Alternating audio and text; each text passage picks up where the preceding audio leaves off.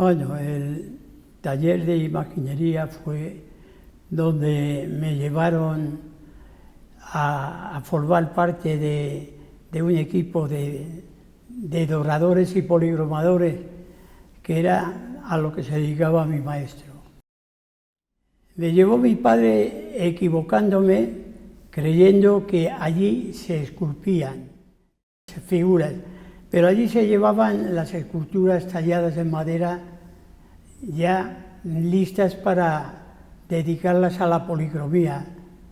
Y ese fue el primer chasco que yo me llevé, pero no obstante, los padres mandaban en aquella época. Yo tenía 13 años y obedecía todo lo que se supusiera que iba a ser beneficio para mí, pero yo lo acepté a disgusto. Entonces yo frecuentaba la Escuela de Artes y Oficios, porque salí del colegio a los 13 años y naturalmente yo quería continuar estudiando de alguna manera.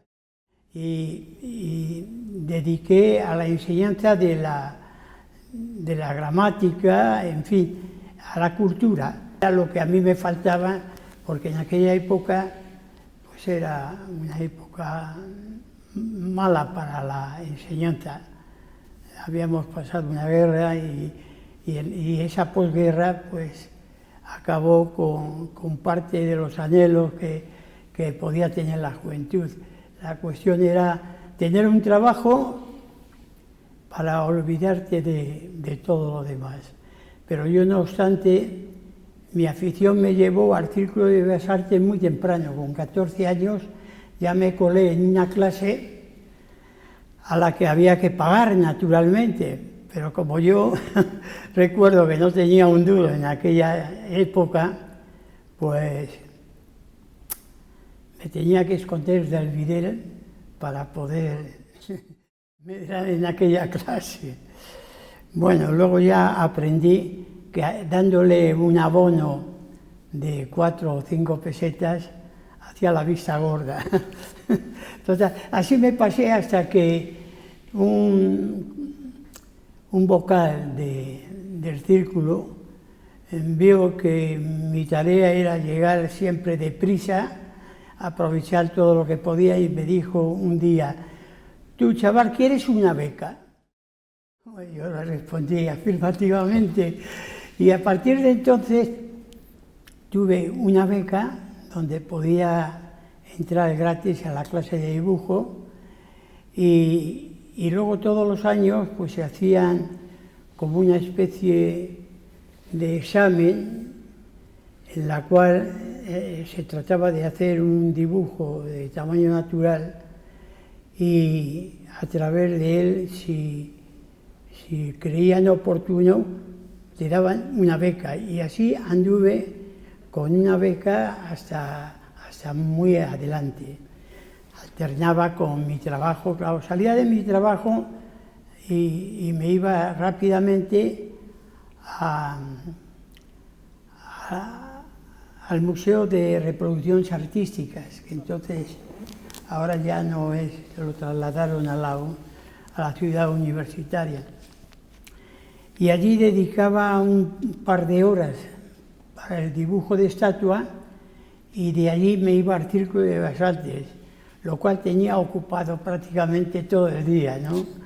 A las 7 de la mañana me levantaba para ir al taller, que lo tenía muy cerca, y así sucedía un día y otro, hasta que al cabo de algún tiempo yo deduje que lo mejor sería cambiar de trabajo.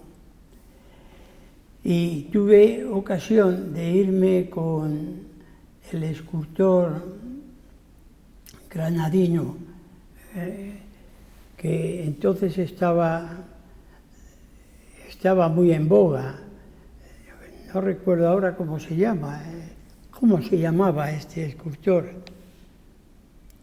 Bueno, pero para el caso es que allí no hacía nada más que encender la estufa todos los días, cuidarle los barros que no se secaran, y de vez en cuando ir al porté o por lo que me mandara, lo cual deduje que tampoco aquello me era muy interesante, porque si no aprendía a manejar a través del trabajo las herramientas, pues aquello no me sustentaba.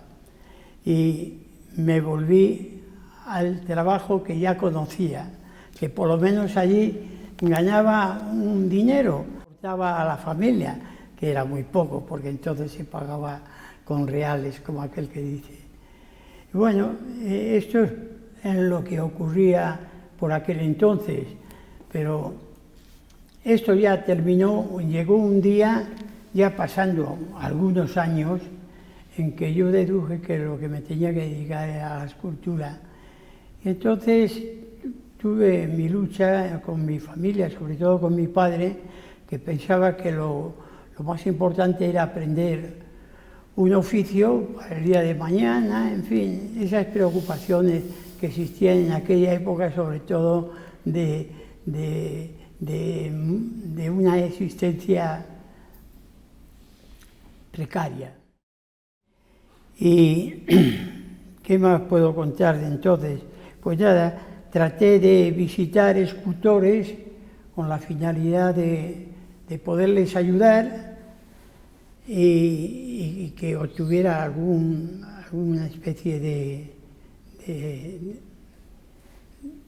dádiva, o vamos, más que, no sé cómo expresarlo, que pudiera sustentar con el sueldo que dejaba de ganar, pues que a través de mi trabajo pudiera mantener, para que mi padre y mi familia pues no notaran esa ausencia. Bueno, tengo que decir que yo, dentro del taller de policromía, llegué a tener pues cierto carisma, porque como yo dibujaba y el maestro que tenía era un especialista del dorado y de las técnicas, pero desconocía la parte artística. Entonces los estofados, que era cuando a una imagen después de dorada se pinta y se raya la pintura para obtener unos dibujos determinados, aquello lo hacía yo con máxima facilidad. Para mi maestro era un gran alivio tener un aprendiz que hacía trabajos de oficial, ¿no? Entonces yo aprovechaba esta circunstancia para, como yo no tenía taller ni tenía dónde trabajar, pues después del trabajo le pedí a mi maestro que si yo podía continuar en el taller, pero haciendo mi labor de escultor, ¿no? Allí me llevaba, pues, a personas conocidas, amigos, a los cuales les hacía retratos. Yo hice retratos, bueno, pues, no voy a decir por cientos, pero más de 50 retratos me hice por aquella época, porque todo el que se presentaba para ser retratado, yo lo fusilaba, vamos. Era una cosa curiosa. Era una afición que me llevó a tener el taller casi mitad y mitad para mí y el resto para mi maestro. Esta circunstancia me hizo que el taller no era ya tan desagradable, puesto que me permitía participar de él de forma personal, ¿no?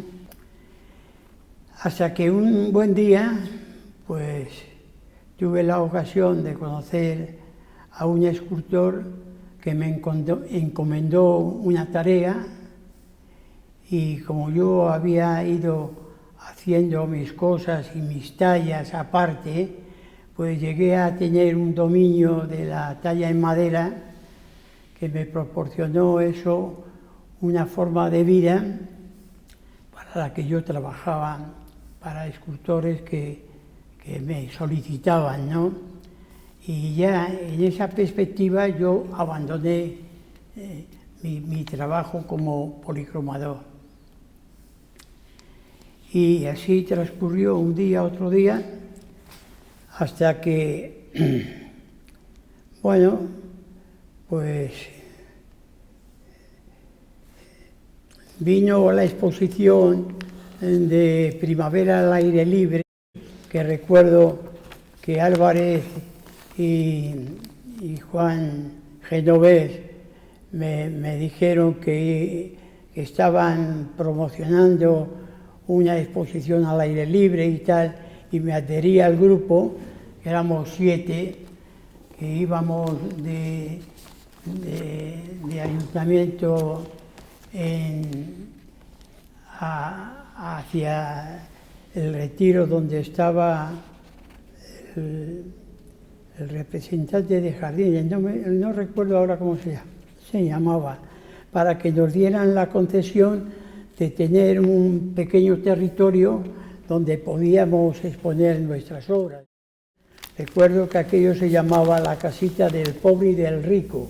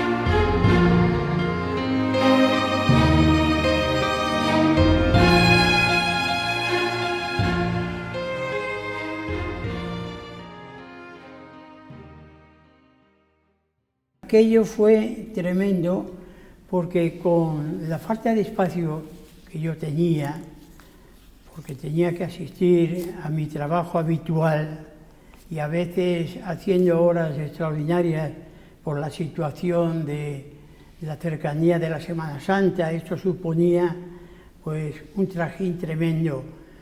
Pues yo pedí permiso a un escultor al que mi maestro le trabajaba, que era Collau Boalera.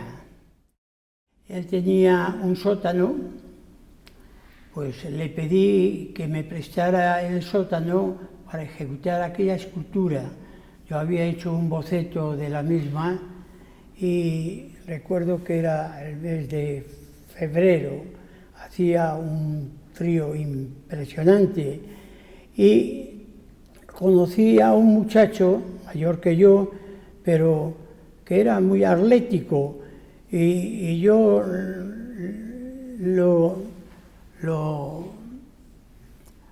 puse tan alto en su estima que se prestó a posarme de forma gratuita, porque era la única forma de poder hacer una escultura con modelo. Entonces recuerdo que con el frío que hacía había una estufa donde yo le metía papeles, cartones, todo lo que podía con la finalidad de que el modelo, que estaba prácticamente desnudo, aunque yo le llevé una manta para que solamente me mostrara la parte que a mí me interesaba para el modelaje, ¿no?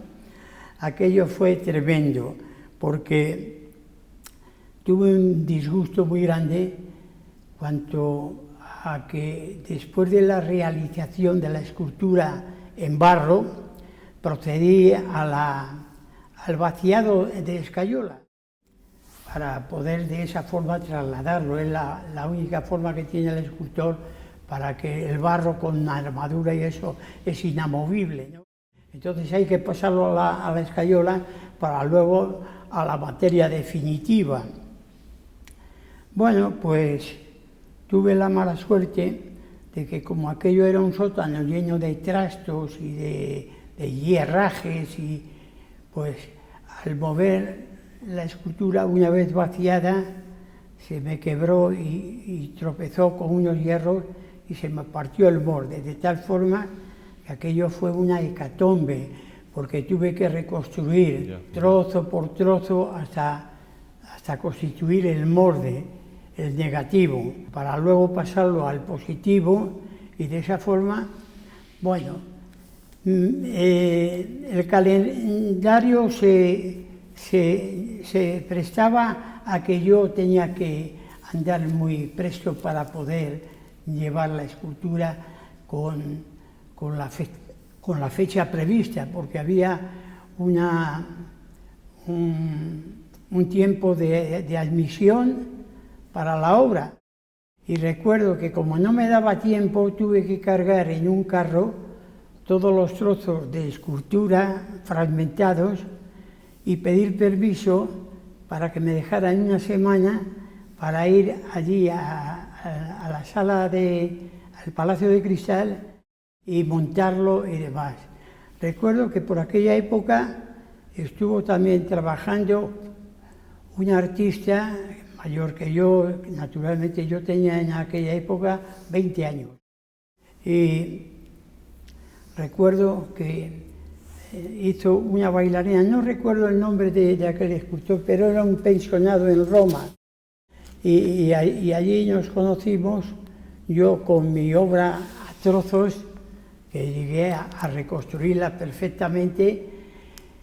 Y lo que me sorprendió hoy en día es que fui admitido, porque era una exposición donde había un jurado de admisión. Y eso es lo que hoy en día me sorprende, cómo yo pude hacer una obra en la que en una exposición nacional pudiera asistir.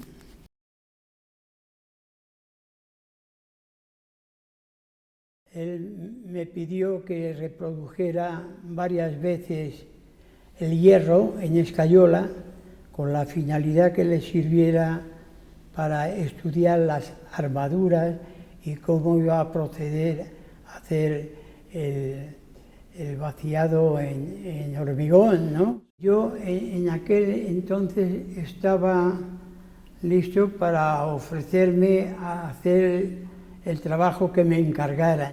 Yo no he trabajado a sueldo, sino que esporádicamente me encargaban la reproducción o la ampliación de una obra y yo la ejecutaba a mi manera.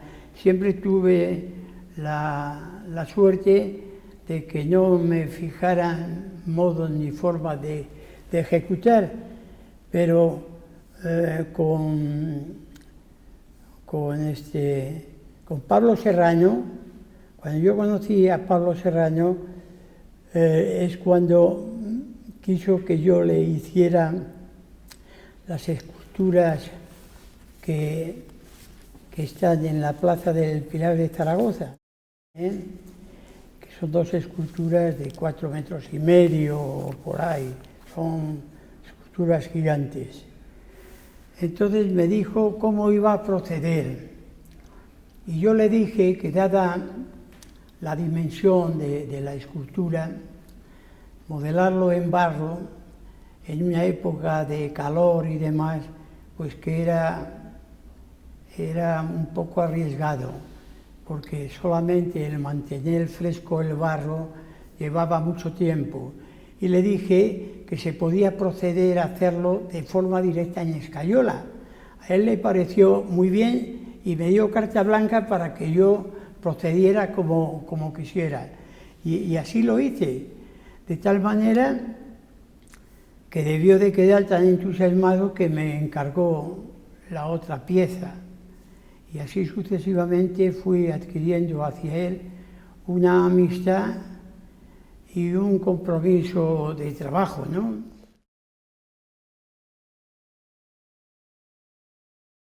Pues sí, realmente fue con el que incluso trabajé prácticamente toda su obra que se produjo en aquel entonces de gran tamaño, se la ejecuté yo.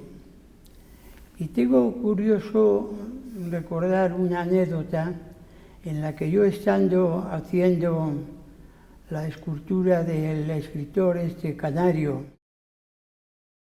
Pérez Galdós, estando yo allí, él andaba pues con unas maquetas y unos planos, dándole vueltas.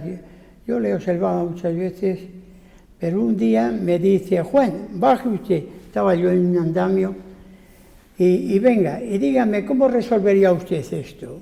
Me hizo mucha gracia que me tratara con tanta cordialidad, siendo yo entonces un ayudante suyo, ¿no? Pues como yo había estado observando todo el panorama, yo ya me fijé un poco en cómo aquello se podía resolver y se lo hice saber y me dijo, hombre, vamos a hacer una prueba de forma inmediata, que viene esta tarde el arquitecto y quiero que la vea. Y así sucedió.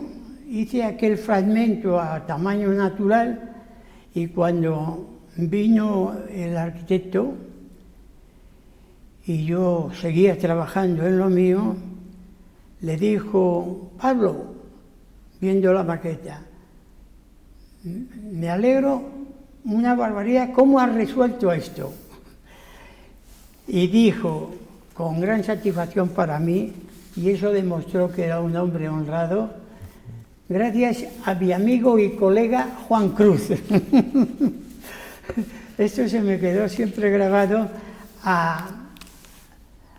en contra de cómo se portaban otros, que yo no voy a nombrar, por supuesto, pero trabajos que no tenían ni idea de cómo se podía proceder, y yo he procedido de una forma honesta, sin que ello quiera decir que yo me apunte un tanto, simplemente que cumplía con mi trabajo honestamente. No, la fundición es aparte, la fundición es la que se dedica a, una vez obtenido el modelo, a reproducirlo. Vamos a ver. En realidad, la cantidad de esculturas que yo hice para esa promoción pues fue tremenda, porque el ayuntamiento nombró una junta para supervisar los trabajos que se iban a reproducir. Es curioso porque había escultores a los que se quería figurar en este museo que no tenían obra de un tamaño adecuado para una escultura al aire libre. Entonces pensaron que aquellas maquetas o bocetos que tenían podían ser reproducidos con la finalidad de que adquirieran pues, el tamaño que verdaderamente debieran para la exposición. Y es cuando, a través de la primera escultura que yo hice de Pablo Serrano, pues me vino una comisión que la secundaba Sempere. Sempere era uno de los que participaba para aprobar o no si aquello estaba en condiciones para ser expuesto. Entonces me vino los toros de Alberto, que era una maqueta así de este tamaño, en esa técnica que él empleaba de pastas, trapos y limaduras. Era muy curioso, ¿no? Era un escultor muy original, en el sentido de que empleaba unos medios verdaderamente no adecuados para la escultura tradicional. Y aquello me causó una gran impresión. Entonces hice los toros ibéricos al tamaño que están expuestos hoy en día, que la fundición la hizo Codina, por supuesto. Entonces, ¿qué puedo decir más? Pues lo que más me costó fue la forja de la pieza de González, porque aquello era una forja, y claro, una forja, traducirla a la fundición es hartamente delicado, porque yo pensé reproducirla a la escala que querían, pero luego trabajarla en el bronce para golpearla, para darle, pero prefirieron que fuera la escultura realizada por mí en escayola y luego pasada a bronce directamente, cosa que me pareció bien porque lo otro sería una falsificación. En fin, es que una escultura, si es forjada, tiene que seguir siendo forjada, pero la necesidad era de que González estuviera allí, como el gran escultor de la época. Pérez luego me encargó una escultura que había comprado en El Rastro, curiosamente, de Ángel Ferrán, nada menos. Y aquella talla en madera, que era de este tamaño, me la hizo hacer a 10 veces.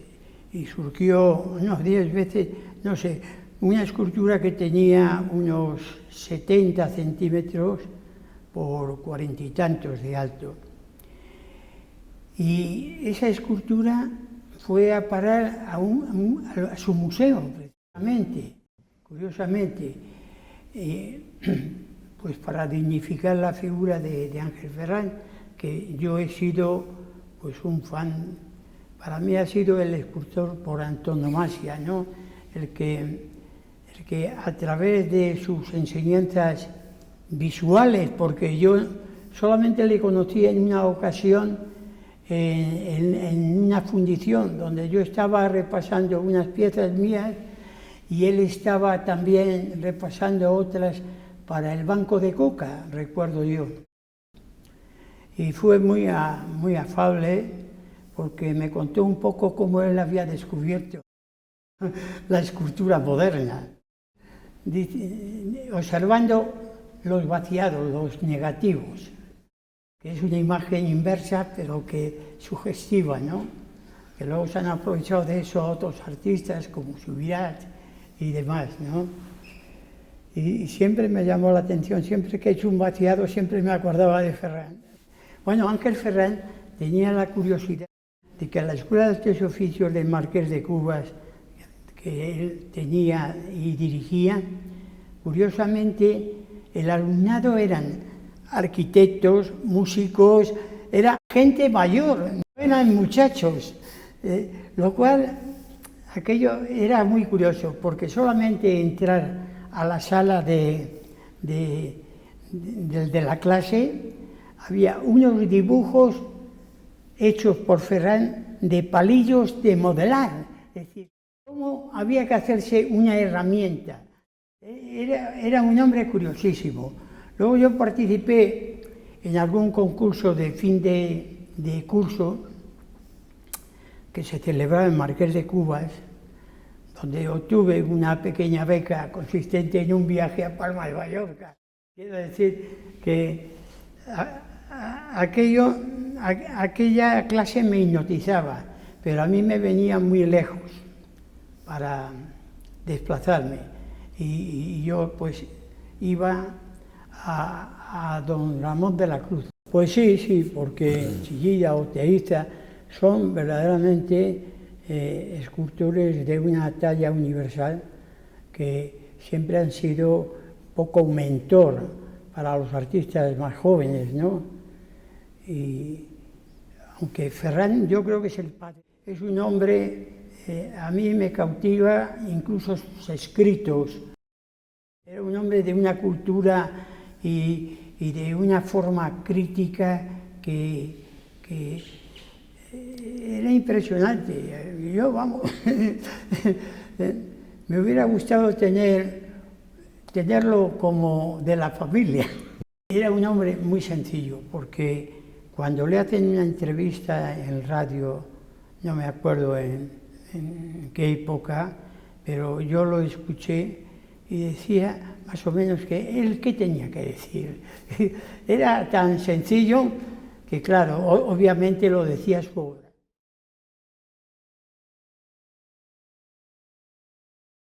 Ella era una cabeza de una niña que, estando yo en el taller, vi pasar unos niños de colegio y me fijé en esa niña y iba con una señora, con una mujer joven pero mayor, y le pregunté si podía venir al taller y que me sirviera de modelo, porque aquella cabeza me sugestionó. Y así fue. Me la llevaron al día siguiente con su madre y entonces quedamos para una fecha determinada que me sirviera de modelo y yo modelé aquella cabeza y la presenté, sí, efectivamente. Salió en una revista, por cierto, no me acuerdo muy bien qué revista fue, pero porque yo tenía aquella revista, pero como mi madre se apoderaba de todo lo que concernía a mí, luego se perdió todo aquello. Con Subirá coincidí en la fundición. La fundición era común de los escultores. González se llamaba, era un discípulo, por así decirlo, de Codina, que se independizó y fundía en competencia con su maestro, pues muy bien, y se ganó la simpatía de los escultores jóvenes y demás. Y recuerdo que allí conocí a Subirá porque fue cuando lo de la Virgen del Camino. Ganó el concurso y entonces con aquel motivo pues lo conocí, tanto es así que hicimos muy buena amistad. Yo le presté un cochecito de niño, que yo tenía una niña, por entonces estaba casado obviamente y tenía 2 niños y uno ya andaba y entonces el coche ya no me servía y como quería venir la mujer a Madrid, pues me dijo que iba a comprar un coche y le dije, mira, no lo compres porque yo tengo uno y te lo regalo o te lo presto, en fin. Y a partir de entonces, como coincidíamos en la fundición, yo haciendo lo mío, lo suyo, pues me ofreció trabajo para que le ayudara. Y entonces recuerdo que le hice varias cosas, entre otras una escultura que está en Barcelona, pero que nunca la he podido saber exactamente dónde está.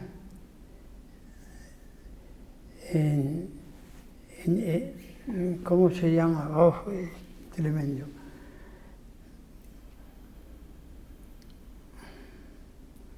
Bueno, recuerdo que era una escultura de gran tamaño, pues un tamaño de este tipo, ¿no?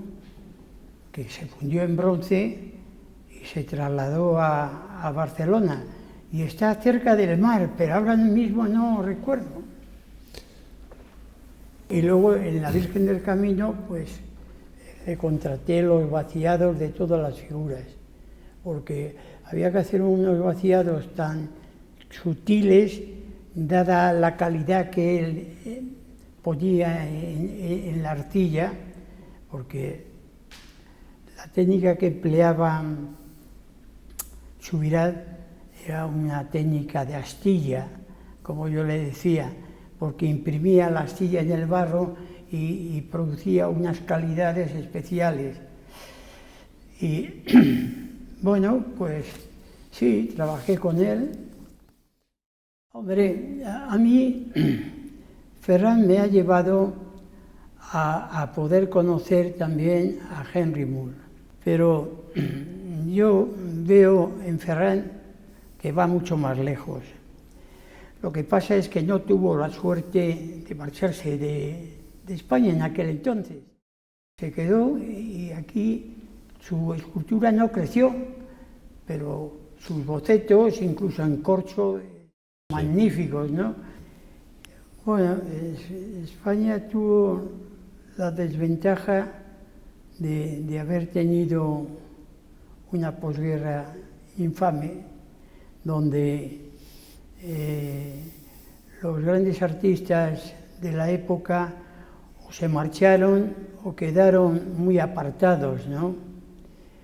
Y el único recurso era la talla en madera, la imaginería.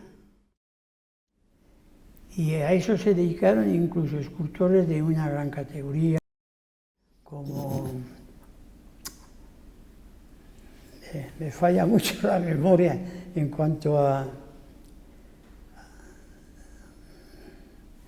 Bueno, un escultor muy importante de la época, que hizo grandes cosas para el Museo de Vizcaya y tal, unos murales en granito, o no recuerdo cómo se llama.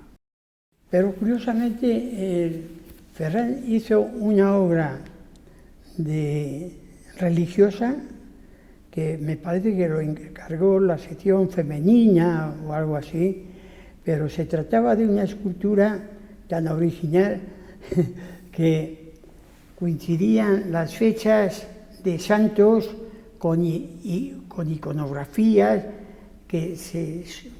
es que yo no llegué a ver nunca esta obra, pero la recuerdo haber leído que era una obra verdaderamente fuera del lugar, fuera de la tradición. Bueno, mi estancia en Puerto Rico fue casual porque en la fundición donde yo también actuaba para repasar mi obra cuando ya yo tenía posibilidad de fundir algunas piezas, pues un escultor puertorriqueño pues me propuso ir a Puerto Rico a vaciar una escultura de gran tamaño, porque allí no tenían especialistas en esta materia. Me la propuso con un presupuesto dado y a mí me interesó, no tanto ya por el dinero, que sí era importante, sino por ese salto a Puerto Rico. Y allí estuve pues supliendo a este profesor porque había ido a unos planes de estudio a Estados Unidos y quería dejar en su lugar a alguien responsable para seguir la clase al mismo tiempo que ejecutaba el trabajo para el que yo iba. Bueno, me tiré 3 meses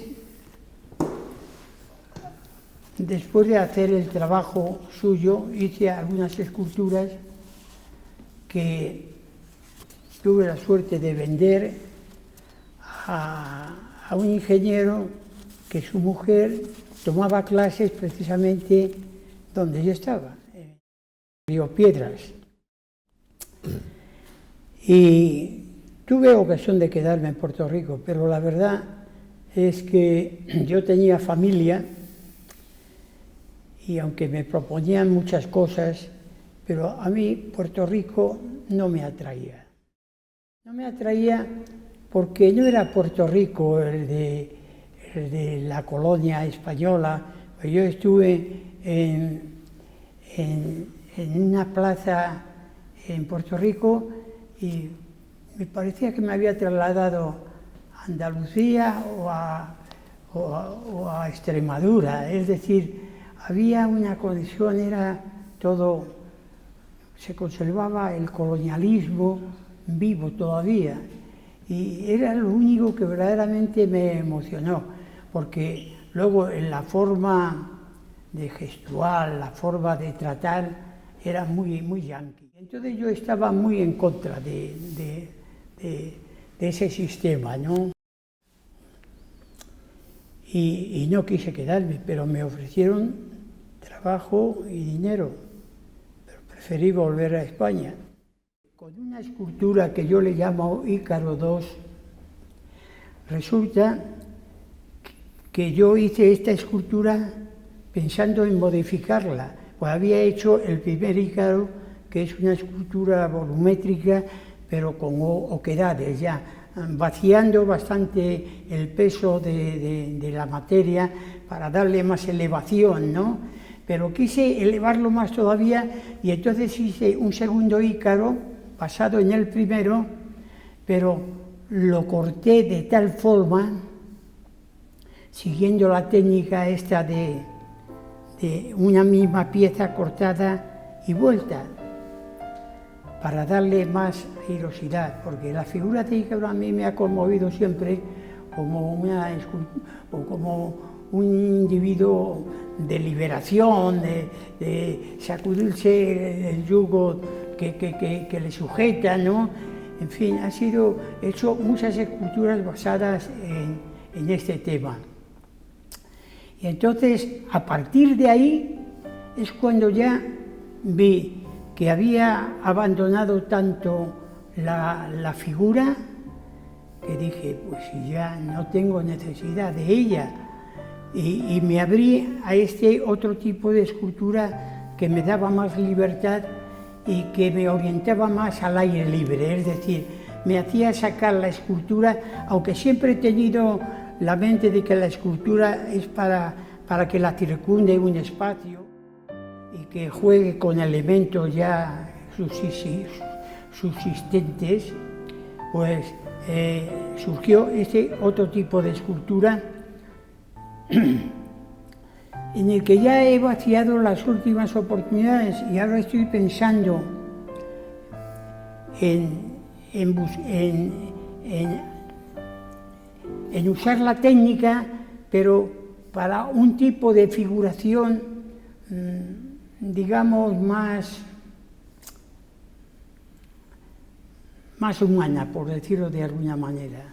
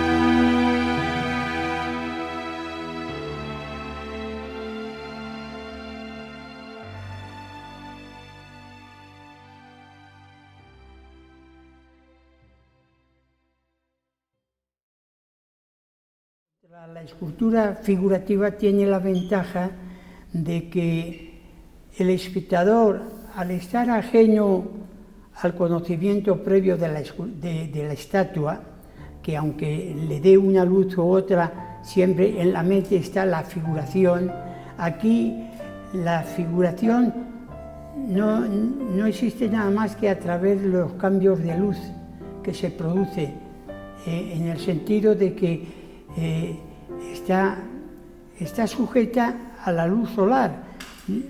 Cuando una escultura está al aire libre, el sol circunda la escultura de tal forma que va produciendo en ella cambios. Y en este tipo de escultura los cambios son tremendamente grandes, porque en el fondo una irradiación de luz puede proyectar unas sombras que a las 12 del mediodía o a las 7 de la tarde la escultura parece diferente, porque el espectador no tiene en la mente la figura. Cuando vemos una escultura de un hombre o de una mujer, aunque le demos la vuelta, siempre tenemos presente la figura humana, pero en este caso la configuración se produce de forma muy extraña y entonces crea unas sensaciones distintas. No sé, incluso he pensado que a través de los espacios donde entra y sale el aire, podía producir música. He pensado en tensores, donde de alguna forma pudiera producir vibraciones. Pero son sueños todavía. Es que mi idea siempre ha sido de innovación, porque cuando he visto que algo se ha agotado, lo abandono para coger otra cosa. Ha sido más bien un juego.